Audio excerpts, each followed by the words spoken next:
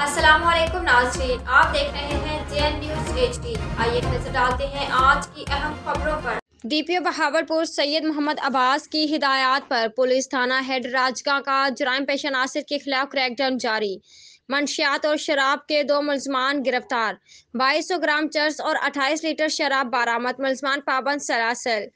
Bahawalpur police की जुराइम पेशा नासिर के खिलाफ जारी मुहिम में बड़ी कामयाबियां।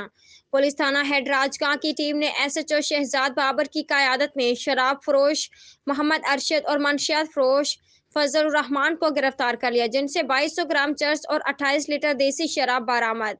DPO बहावलपुर ने टीम को शानदार कारकर्दगी पर शाबाश दी। इस मौके पर DPO ने अपने पैगाम में कहा कि मंशियात फरोशों शराब फरोशों के खिलाफ इसी तरह कार्रवाइयाँ जारी रखते हुए मजीद मौसर कार्रवाइयाँ अमल में लाई जाएं ताकि माशरे को ऐसे नासूर अनासर से पाक किया जा सके। मंशियात फरोशी एक लानत है जिसको माशरे से ख़त्म करके ही दम लेंगे।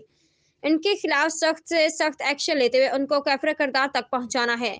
अवामनास के जान और माल का तहफ़्फ़ुज़ यकीनी बनाने के लिए बहावलपुर पुलिस दिन रात मसरूफ़ अमल है और ऐसी मज़ीद कार्रवाइयाँ जारी रखी जाएंगी।